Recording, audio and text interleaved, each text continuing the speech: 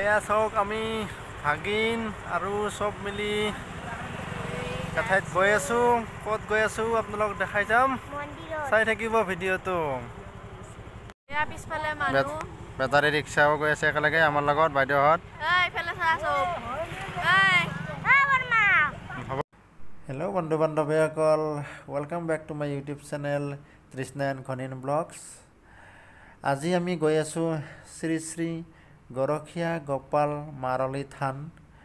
আৰু এই ৰাস্তাটোত গৈ থকাৰ ভিউ অলপ আপোনালোকক দেখাই দিছোঁ। কি ধুনীয়া পৰিৱেশ, আশা কৰোঁ আপোনালোকে চাই ভাল পাব প্ৰাকৃতিক সৌন্দৰ্য। তো চাই লওক, আৰু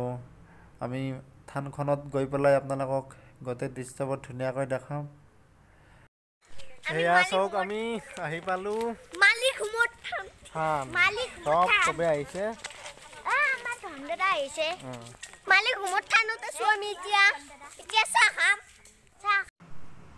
তো আপোনালোকক জনাই দিওঁ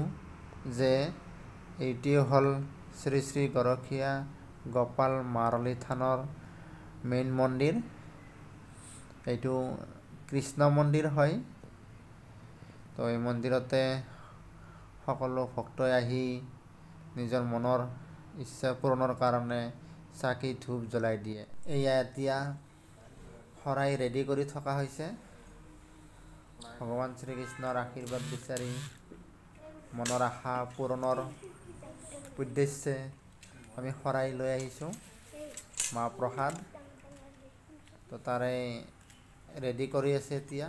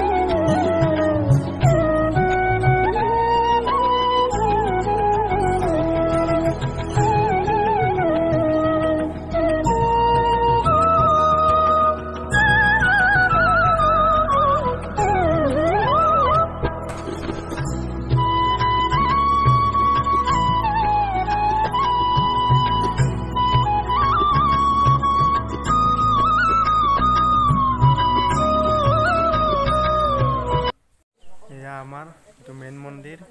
চাওক, গৰখীয়া গোপাল মাৰলী থান। মেইন মন্দিৰত চবে আহি এনেকৈ চাকি ধূপ লগাই দিয়ে। দেখিছে মন্দিৰ কৃষ্ণ মন্দিৰ হয়।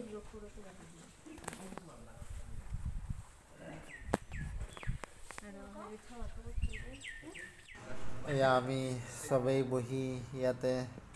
এবাৰ ভগৱানৰ আৰাধনা কৰিছোঁ। এয়া আমি সেৱা ল'লোঁ বা ফট লৈ ল'লোঁ। এতিয়া অলপ মন্দিৰৰ পৰিৱেশটো দেখাই দিম আপোনালোকক, চাই থাকিব ভিডিঅ'টো। কেনে লাগিছে ক'ব পৰিৱেশটো।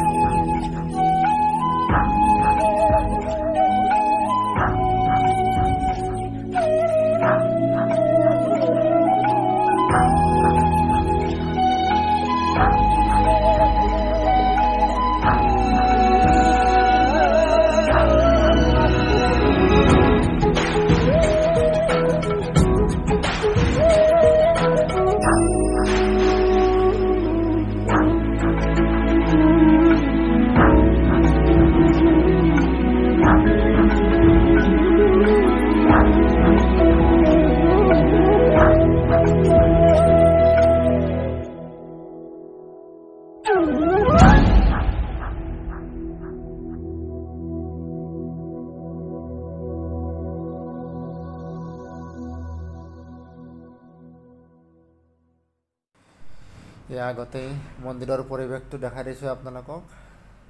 চাই থাকক কি ধুনীয়া পৰিৱেশ চাৰিওফালে পথাৰ আছে ইয়াৰে মাত্ৰ তাৰ মাজত এইটো মন্দিৰ স্থাপন হৈছে ভগৱানৰ সৃষ্টি দেখিছে আপোনালোকে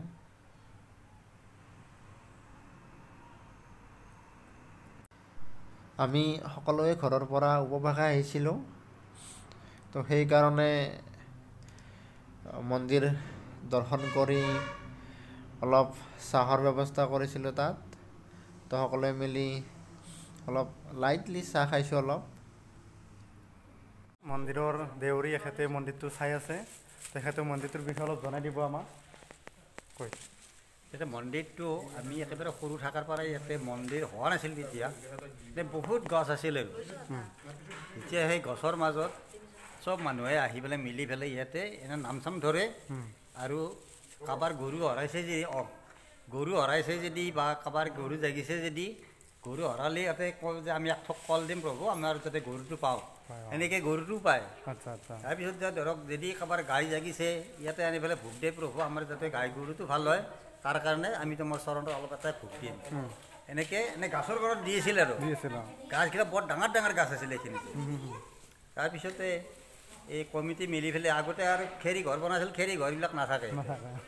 বতাহো উৰি যায় নহ'লে কিবাকৈ হয়তো কোনোবা মানুহে জুই চুই লগাই দিয়ে নেকি উৰি যায় আৰু বা যেতিয়াৰ পৰা টিঙৰ চালি এখন বনালে টিঙৰ চালি এখন বনোৱাৰ পৰাই থাকিল থকাৰ পিছত এই মন্দিৰটো বনালে তাৰপিছত মন্দিৰটো বনোৱাৰ পিছত ইয়াতেই বা মাৰাণ মাৰাৰ কাৰণে আৰু এই এখন চালি বনালে বনাই তাৰপিছত এতিয়া আমাৰ এই মন্দিৰটো অলপ ডাঙৰকৈ বনালে আৰু বনোৱাৰ পিছত ভৱেশ কলিতা আহিলে ভৱেশ কলিতা আহি পেলাই তেখেতে ক'লে যে মন্দিৰটো ভাল হ'ব আমাক অলপ আশীৰ্বাদ দিয়ক আমাৰ ল'ৰা ছোৱালী একো নাই গতিকে আমি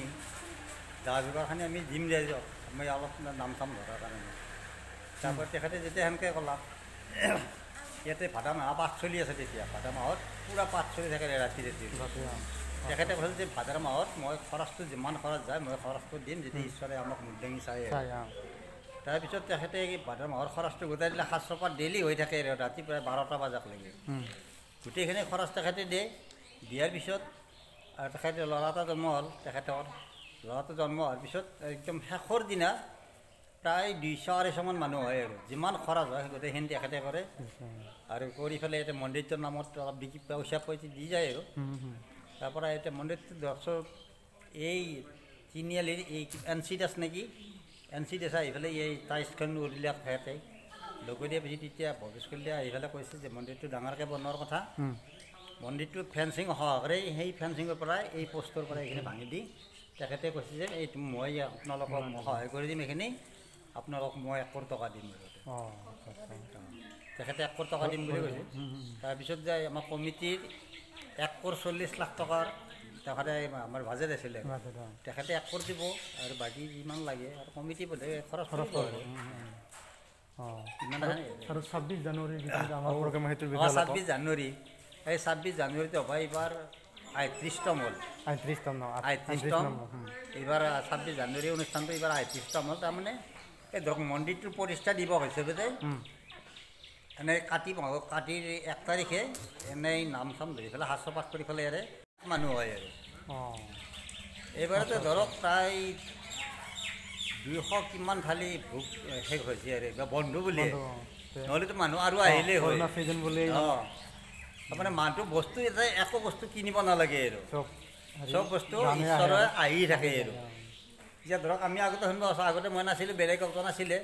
তেখেতে কৈছিল যে ইয়াতে বন্তি দিয়াৰ কাৰণে তেল কিনিব লাগে বোলে মাহত এতিয়া আমি অহা যেতিয়াৰ পৰা আমি ইয়াৰ 4 মাহ হ'ল এই 4 মাহৰ ভিতৰত এতিয়া ধৰক প্ৰায় 10 লিটাৰমান তেল আমি তাতে 26 জানুৱাৰী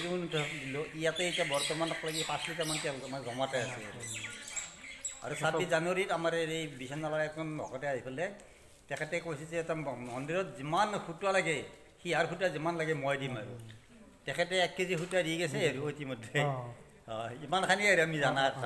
কৃষ্ণ ভাল লাগিল ধন্যবাদ এয়া হৈ গ'ল আমাৰ দৰ্শন চব আমি এতিয়া যাব ওলাইছোঁ কৰিছোঁ আপোনালোকে ভিডিঅ'টো চাই ভাল পাইছে ধন্যবাদ।